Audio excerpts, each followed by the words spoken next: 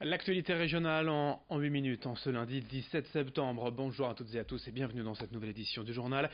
Voyez d'abord les prévisions météo, une belle impression d'été, en tout cas encore quelques jours de soleil et de température estivale avec 23 degrés à Calais, 24 à Boulogne, le Touquet et Dunkerque, 25 degrés à Saint-Omer ainsi qu'à Lille cet après-midi pour les maximales. Pour le reste, du soleil, du ciel bleu pour tout le monde aujourd'hui dans la région. C'est une belle journée d'été et un beau début de semaine qui s'annonce dans la région. On ouvre tout d'abord ce journal avec une solution pour les jeunes. On parle du service civique. On en parle d'ailleurs régulièrement ici sur notre antenne. Cela permet une première expérience sociale et professionnelle. L'association Unicité dans la région propose diverses missions de 8 mois pour les jeunes de 16 à 25 ans, la plupart du temps rémunérés jusqu'à 580 € par mois. Culture, écologie, santé ou d'autres domaines, le champ des possibles est vaste. Présentation en détail avec ce reportage signé Margot Sey. L'accompagnement au projet d'avenir, c'est encore une spécificité. Âgés de 16 à 25 ans, ces jeunes souhaitent, pour la majorité d'entre eux, s'engager dans un projet collectif et solidaire. La mission principale d'Unicité, c'est de proposer des missions de service civique à des jeunes en respectant le plus possible cette loi du service civique qui précise que le service civique doit être des missions d'intérêt général, donc c'est ce qu'on propose ici. On tient aussi à ce que les jeunes soient en équipe. Sur toutes ces missions, on propose une grande diversité de missions et la particularité c'est ça, c'est l'accompagnement collectif et individuel durant toute la période du service civique sur un nombre vraiment varié de missions. Durant 8 mois, 104 volontaires répartis en groupes de 24 jeunes sont accompagnés et formés pour mener à bien leur projet. Indemnisés à hauteur de 580 € par mois, les jeunes sont recrutés uniquement grâce à leur motivation. Donc Révéralise, le cadre, c'est vous qui le construisez. C'est vous qui construisez votre propre mission de service civique. Je suis rentrée dans le programme Révéralise, donc qui consiste à créer son propre projet solidaire. Et mon projet était de favoriser la réinsertion professionnelle des jeunes de 16 à 25 ans par des ateliers théâtre. Si tous n'ont pas forcément de projet bien défini, d'autres programmes leur sont proposés avec une grande variété de thèmes, comme la culture, la transition écologique ou encore la santé. Tout au long de son service civique, le volontaire participe à des formations liées à sa mission.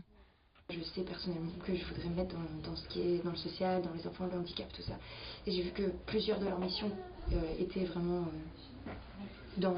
inscrits là-dedans, quoi. Et qu'il y avait qu'il y avait aussi des formations, des trucs comme ça. Je pense qu'il y a un accompagnement qui est très très présent et qui du coup peut faire qu'on peut avancer énormément si on s'investit et si on montre qu'on est là, qu'on en veut, qu'on veut avancer et tout ça. Je pense qu'il peut y avoir un accompagnement super, quoi. Un service civique en pleine expansion pour des jeunes en quête de sens. On enchaîne dans cette édition avec la conférence de presse de rentrée du président du département du Nord, Jean-René Le Cerf, pour évoquer plusieurs sujets, mais surtout sa politique concernant le RSA. 110 000 personnes en sont bénéficiaires aujourd'hui dans le département pour un coût global de près de 300 millions € par an. Réduire ce chiffre était l'un des objectifs du mandat de Jean-René Le Cerf, notamment en sanctionnant ceux qui n'étaient pas en recherche active d'emploi.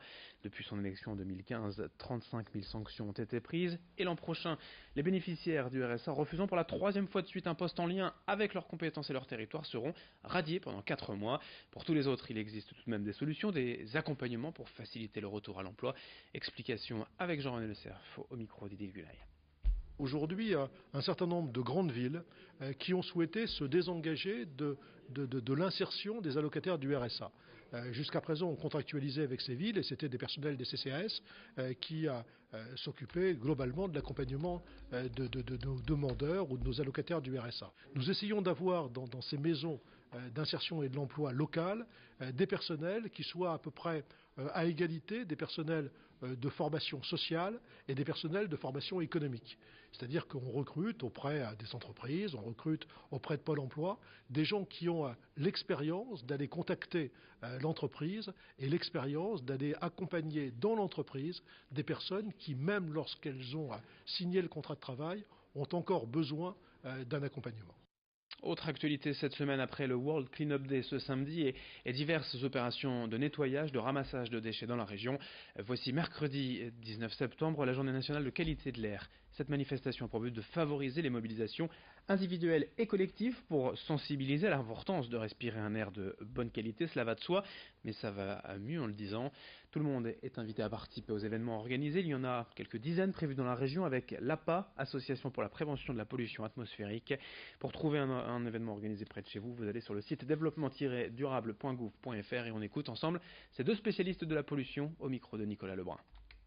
Tout le monde à tous les niveaux, que ce soit au niveau individuel, le citoyen lambda comme vous et moi, les associations bien évidemment qui sont souvent le relais entre le monde scientifique, qui a également encore beaucoup de pain sur la planche, beaucoup de travail, beaucoup de découvertes à faire, le relais donc entre ce monde-là qui essaye de comprendre les mécanismes menant à des toxicités différentes, le monde politique puisque c'est lui, in fine, les décideurs, c'est ce monde-là qui doit aussi prendre la mesure, qui doit prendre les bonnes mesures en fonction des découvertes et des alertes qui sont régulièrement émises. Ce qui est dangereux, c'est la pollution continue, ce qu'on appelle le bruit de fond, être exposé tous les jours de sa vie à des concentrations de polluants, même faibles, c'est ça qui est dangereux. Le pic de pollution peut être dangereux pour des personnes sensibles, fragiles, asthmatiques ou qui ont une activité physique intense, mais cette pollution qui a lieu tous les jours, y compris, comme vous le précisez, dans son air intérieur, est vraiment primordial à prendre en compte pour sa santé.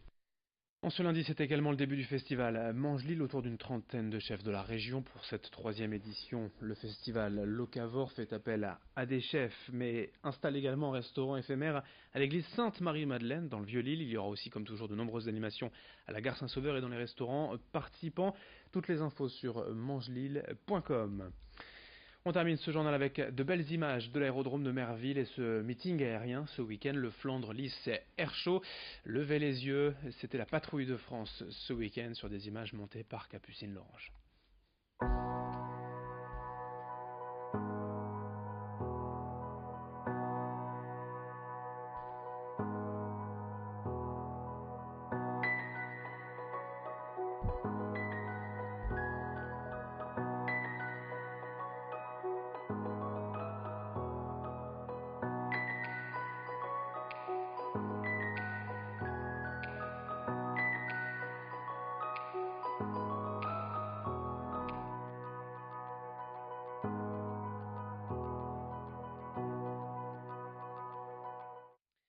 Merci de votre fidélité et très belle journée à toutes et à tous. Dès le prochain quart d'heure, dans moins de 8 minutes, une nouvelle édition du journal de la rédaction.